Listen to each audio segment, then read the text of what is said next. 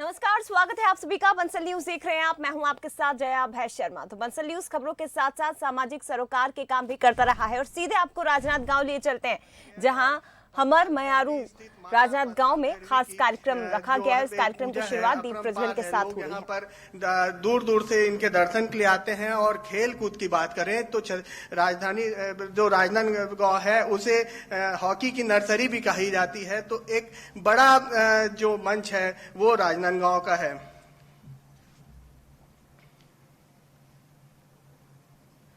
दीप प्रज्वलन के इस कार्यक्रम के बाद मैं माननीय अमरजीत भगत जी से कहूंगा कि वो मंच पर ही रहें और साथ ही साथ जो अन्य अतिथि हैं वो अपने स्थान पर खड़े हो जाएं। बंसल न्यूज के स्टेट एडिटर आदित्य नामदेव जी से अनुरोध करूंगा कि वो हमारे मुख्य अतिथि अमरजीत भगत जी का पुष्प गुच्छ देकर स्वागत करें।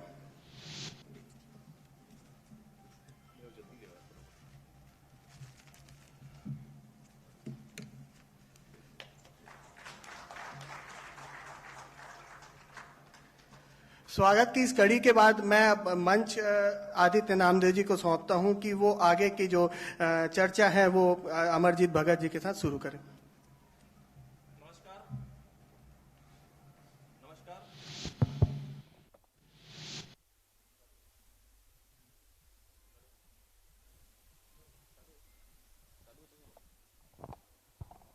Hello hello hello.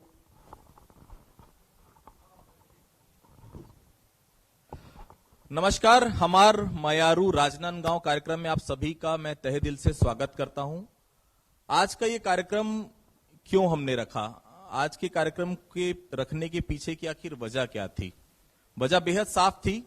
वो राजनांदगांव जो कभी नंदग्राम के नाम से जाना जाता था, वो राजनांदगांव जो साहित्यकारों की नगरी रहा है, साहित्य के लोगों के लिए जो बड़े बड़े नाम है, पद्मलाल पुन्नालाल बख्शी, गिरजा मुक्तिबोध जी हैं, इसके अलावा मैं बात करूं इतने बड़े बड़े नाम राजनांदगांव ने दिए हैं। और वो साहित्य की नगरी के नाम से राजनांदगांव जो जाना जाता था, आज विकास में राजनांदगांव क्या वहां तक पहुंचा है जिसकी उम्मीद हम सबने की थी?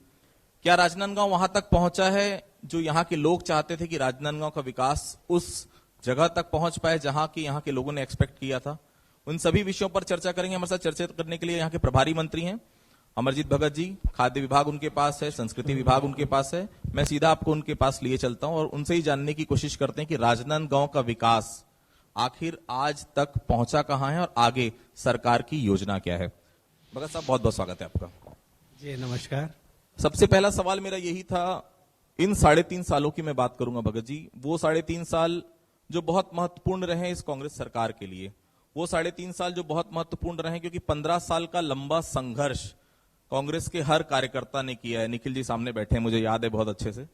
ये सब वो लोग हैं जिन्होंने यहां तक पहुंचाया है सरकार को। 3.5 साल का कार्यकाल रहा।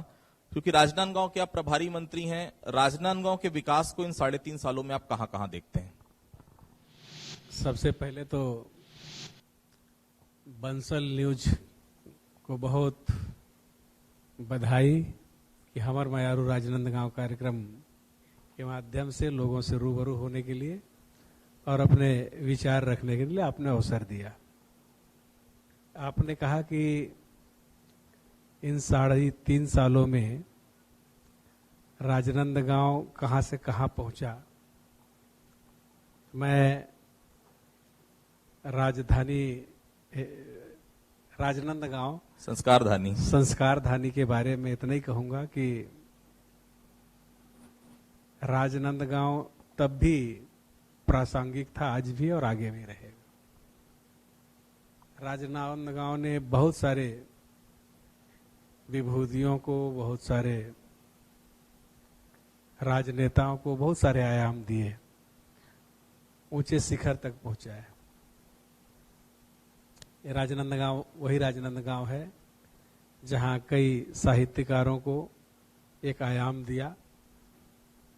यही वही राजनांदगांव है यहाँ से स्वर्गीय मोतीलाल बोरा जी को दिल्ली का रास्ता तय कराया। दिल्ली में लंबे समय तक राजनीति में बने रहे। ये वही राजनांदगांव है जो पूर्व मुख्यमंत्री डॉक्टर रमन सिंह को उस शिखर तक पहुंचाया।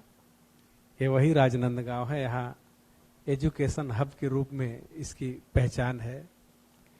ये वही राजनांदगांव है जहां डोंगरगढ़ीन माई को दर्शन के लिए पूरे देश और दुनिया से लोग आते हैं। ये वही राजनांदगांव है जो पिछले चुनाव में कांग्रेस को एक सीट को छोड़कर के बाकी सीटों पर हम 99% कहें कि कांग्रेस को विजय दिला करके सत्ता में बैठाने का काम किया। तो राजनांदगांव का जो महत्व कहीं से भी कम आंक करके नहीं दे सकते। प्रभारी मंत्री हैं आप राजनांदगांव के, बीच में इंटरप्ट कर रहा हूं, माफी चाहता हूं। वो एक सीट ले क्यों नहीं पा रहे हैं अमरजीत जी? अब एक सीट भी ले ही लीजिए, काफी लंबा समय बीत गया है। मैं बोल रहा हूं कि राजनांदगांव जो है अब इन 3.5 सालों में, जहां मेरे को 1 साल 1.25 साल लगभग हो रहे हैं यहाँ के प्रभारी मंत्री बने, जितने भी चुनाव हुए खूब, मतलब हम जितना उम्मीद नहीं किए थे उतना समर्थन यहाँ के मतदाताओं ने, यहाँ के लोगों ने दिया। राजनांदगांव के वार्ड चुनाव हो, खैरागढ़ के नगरपालिका चुनाव हो, चाहे खैरागढ़ के विधानसभा उपचुनाव हो, सभी ने खूब आशीर्वाद दिया है। और वहीं इस प्रदेश के माननीय मुख्यमंत्री भूपेश बघेल जी का भी मैं बहुत आभार व्यक्त करना चाहता हूं, धन्यवाद देना चाहता हूं कि उन्होंने भी कोई कोर कसर अपने तरफ से नहीं छोड़ा और एक हाथ से लिया तो दूसरे हाथ से दिया भी है। उन्होंने राजनांदगांव से मोहला मानपुर और खैरागढ़ को अलग जिला बना करके एक नई सौगात दी और सत्ता का विकेंद्रीकरण करने की दिशा में अहम भूमिका निभाया है। पहली प्लांट सिटी है राजनांदगांव। अगर हम रायपुर की बात करें, रायपुर से बहुत लोग ताल्लुक रखते होंगे, बिलासपुर से ताल्लुक रखते होंगे, लेकिन जब राजनांदगांव आओ तो ऐसा लगता है कि एक सोची समझी रणनीति के तहत, सोची समझी चीजों के तहत प्लांट सिटी बनाई गई राजनांदगांव। जो देखा जाता है कि रास्ता सीधा है तो सीधा ही है, कहीं ऐसा नहीं दिखता कि आप घूम फिर के कहीं से आ रहे हैं। रायपुर में आप चले जाएं तो गोल बाजार में गोल गोल ही घूमते रहते हैं। प्लांट सिटी है राजनांदगांव। वो सिटी है राजनांदगांव जो हर तरह से, माता बमलेश्वरी का मंदिर है यहाँ पर, त्रिवेणी यहाँ से दिए, 3 ऐसे साहित्य के पुरोधा यहाँ राजनांदगांव ने दिए जिनकी ख्याति जो है केवल राजनांदगांव में नहीं पूरे देश पूरे विश्व में विख्यात है। वो राजनांदगांव भगत जी 3.5 साल चूंकि सरकार बने हो गया और 3 साल मंत्री बने आपको भी हो चुका है। वो राजनांदगांव आज भी विकास में कहीं खो सा गया है। वो राजनांदगांव जो विकास के रास्ते बहुत आगे बढ़ सकता था। क्या योजनाएं हैं सरकार की राजनांदगांव को लेकर? क्योंकि राजनांदगांव की जनता यहां पर बैठी हुई है, जानना भी चाहती है, क्योंकि चलिए एक ही विधायक नहीं लेकिन बाकी विधायक आपकी पार्टी से ही है यहां पर। देखिए, राजनांदगांव शहर कोई आज नहीं बसा है, बहुत पुराना शहर है और कई इसके ऐतिहासिक महत्व भी है। यहाँ पहले बहुत बड़े मिल हुआ करते थे जो बंद हो गया और बड़ा आप सिस्टमेटिक प्लान शहर बता रहे थे। अभी हम लोग अव्यवस्था से गुजरते हुए आए हैं। ये पूरा शहर इन पिछले सरकार में लोगों ने कई गलतियां कर दी जिसकी वजह से पूरा शहर आंदोलित, कई जगह एक्सीडेंटल पॉइंट बन गया है। आज ही हमने अपने समीक्षा बैठक में दोनों एक्सीडेंटल पॉइंट को चिन्हित किया और उन जगहों पे जा करके अभी प्रशासन को, कलेक्टर के साथ पूरे टीम को मैंने निर्देशित भी किया है कि वहां पर जहां एक्सीडेंट होते हैं वहां पर चौराहे का निर्माण भी होगा और जहां पर जो कटिंग छटिंग करना है वो भी करेंगे, और ताकि शहर में लगातार जो जान माल को नुकसान होता है एक्सीडेंट के कारण, दुर्घटना के कारण, वो ना हो। तो ये पिछली सरकार में जो गलतियां हुई है उसका नतीजा है। अभी हम वहां से जब निकले तो जिला अस्पताल में गए थे जहां पानी पूरा घुस जाता है, पूरा शहर का पानी जा करके, और वहाँ पानी निकासी का कोई व्यवस्था नहीं है। तो वहाँ भी प्रशासन के, कलेक्टर के साथ उनका पूरा टीम और हमारा टीम सब वहाँ जा करके और स्थल का मुआयना किए हैं।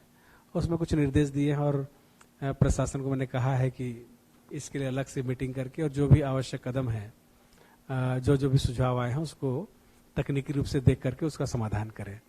तो इसलिए कहा कि आपने प्लांट सिटी कहा, इसलिए जो पिछले दिनों कुछ त्रुटि हुई है उसके तरफ आपका ध्यान आकर्षित किया। प्लांट सिटी का मतलब मेरा ये नहीं था। प्लांट सिटी का मतलब मेरा ये था कि सड़कें जिस जगह पर होनी चाहिए, घुमावदार कुछ नहीं है।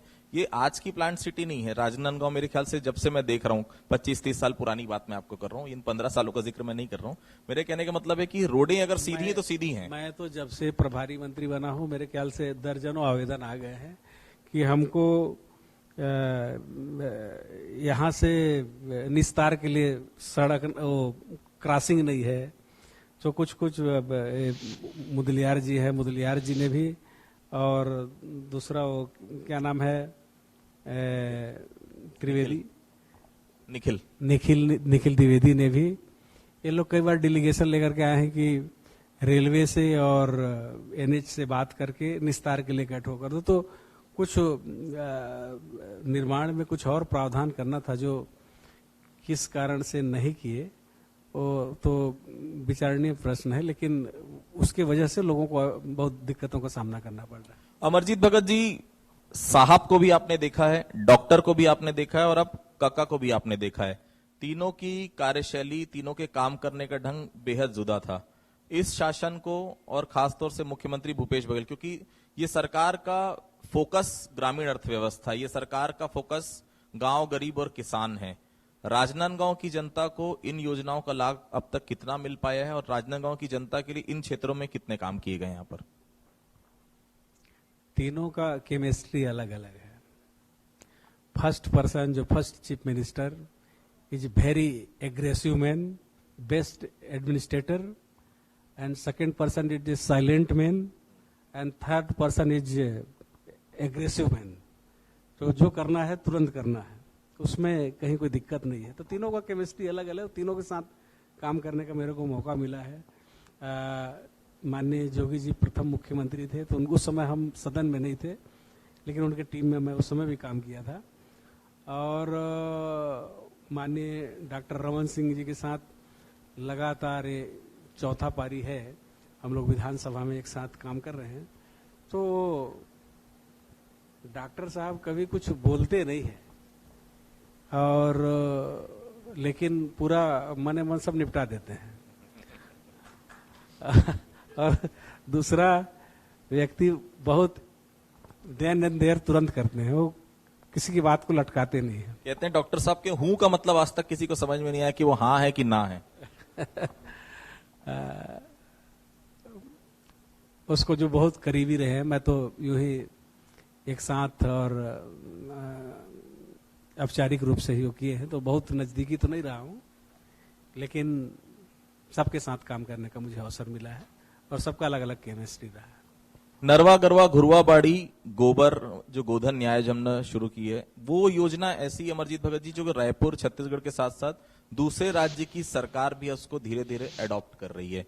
ये वो योजनाएं थी जिसको लेकर काफी विरोध हुआ, ये वो योजनाएं थी जिनको लेकर ये कहा गया कि इसका हाल बिहार के चारा घोटाले जैसा होगा। इन योजनाओं का आज राजनांदगांव में किस तरह से आप देखते हैं? देखिए, बोलने वाले क्या बोलते हैं, सोचने वाले क्या सोचते हैं, उस पर ना जाकर के अपने काम से काम मतलब रखें। मैं विधानसभा के अंदर भी माननीय भूपेश बघेल हमारे मुख्यमंत्री जी को डॉक्टरेट की उपाधि मैंने दिया था। मैं यूं ही चुटकी लेते हुए पूर्व मुख्यमंत्री डॉक्टर रमन सिंह जी से मैंने कहा कि माननीय डॉक्टर साहब, 15 सालों में आपने लोगों का नब्ज नहीं पकड़ पाया। लोग जो है 15 सीट में ले आए और ये व्यक्ति जो है ये लोगों का नब्ज पकड़ा और समझो बहुमत नहीं, बमफाड़ बहुमत ले आया। तो सही माने में तो डॉक्टर जो है भूपेश बघेल है, जो लोगों का नब्ज को पहचानते हैं। और जिस छत्तीसगढ़ की पहचान धान का कटोरा से है और जहां 80% से ज्यादा लोग कृषि कार्य करते हैं, अगर कोई प्लानिंग 80% लोगों को केंद्रित करके बनाया जाए तो मैं सोचता हूं कि योजना सफल है। वो काम माननीय भूपेश बघेल जी ने किया। सत्ता में आने के बाद सबसे पहला काम यहां के किसानों का कर्जा माफी किया। वो किसान जो कई दशक से इंतजार कर रहे थे कि उनका कोई भला करने वाला, उनका कोई दुख को कम करने वाला, उनके बारे में सोचने वाला आएगा, वो भूपेश बघेल के रूप में आए। और उन्होंने जो मानसिक रूप से परेशान, इसलिए मानसिक रूप से परेशान कह रहा हूं कि खेती की लागत में बीज से लेकर के, दवाई से लेकर के, उसका बुआई, गुड़ाई, कटाई, मिसाई, इतना लागत लग जाता था कि लोग किसानी काम को छोड़ने लगे थे और कर्ज में डूबने लगे थे।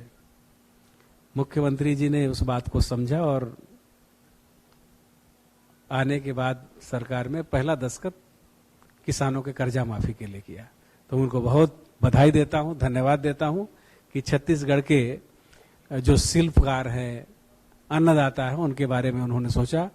और दूसरा दस्तखत उन्होंने राजीव गांधी किसान न्याय योजना लागू करने के लिए 2500 रुपये में धान खरीदने के लिए किया, जो कि यहां के किसानों की आवश्यकता थी।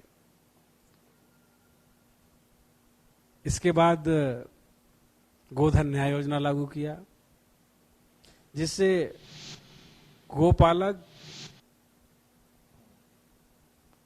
जो है गाय गरुआ पालना छोड़ दिए थे। जब तक गाय दूध दी तब तक रखे, बाकी खुले में छोड़ दिए। इन्होंने जब से 2 रुपया किलो में गोबर खरीदना शुरू किया, लोग अपने मवेशियों को बांधना शुरू किए। और अब तो गोमूत्र भी खरीदने की घोषणा कर दिए हैं। तो और लोग अपने मवेशियों का सेवा करेंगे, उसके माध्यम से गोबर से पैसा, गोमूत्र से पैसा कमाएंगे। और तीसरा नया योजना जो खेतिहर मजदूर योजना है, राजीव गांधी किसान खेतिहर मजदूर योजना, जिसमें जिसके पास जमीन नहीं उनको भी सालाना 7,000 रुपया देने के। तो कई योजना है जो सीधे लोगों को आकर्षित करता है और इसी वजह से पूरे हिंदुस्तान में माननीय भूपेश बघेल जी का नाम हो रहा है। वो योजना जो कहीं ना कहीं ग्रामीण अर्थव्यवस्था से जुड़ी है, किसान से जुड़ी है, उसका मेन धान का कटोरा है। देखिए छत्तीसगढ़ में उस धान के कटोरे का सबसे महत्वपूर्ण विभाग होता है खाद्य विभाग। वो जवाबदारी आपके पास है, क्योंकि धान तो आप खरीद लेंगे, लेकिन कस्टम मिलिंग प्रॉपर तरीके से हो, जल्द से जल्द वो जो है दूसरी जगह जा पाए, उसका उठाव हो पाए, ये बहुत महत्वपूर्ण चीज है। और दूसरा महत्वपूर्ण विभाग है संस्कृति विभाग, जो छत्तीसगढ़ की संस्कृति, जो आज लोग कहते हैं कि छत्तीसगढ़िया की सरकार आई है, छत्तीसगढ़ियों की सरकार है, ये 2 ऐसे वाक्य हैं, 2 ऐसे शब्द हैं जिसके चलते एक आम आदमी का कनेक्ट सीधे तौर पर सरकार से होता है। इन 2 विभागों के बारे में, क्योंकि 3 साल आपको हो चुके हैं मंत्री बने, 28 तारीख को आपने, मुझे बहुत अच्छे से याद है, पिछले साल जून में लास्ट में आपने शपथ ली थी। इन 2 विभागों की अगर बात करूं तो राजनांदगांव में क्या महत्वपूर्ण काम और सरकार की दृष्टि से पूरे प्रदेश में क्या काम किए गए? अब आपने तो पूरा 2 विभाग को एक साथ कर दिया, अलग अलग मेजर चीज हो। देखिए, जो माननीय मुख्यमंत्री जी का जो पायलट प्रोजेक्ट है, उसमें से धान खरीदी, नरवा गरुआ घुरुआ बाड़ी, ये छत्तीसगढ़ के 4 चिन्हारी, इसको बचा के रखना है संगवारी।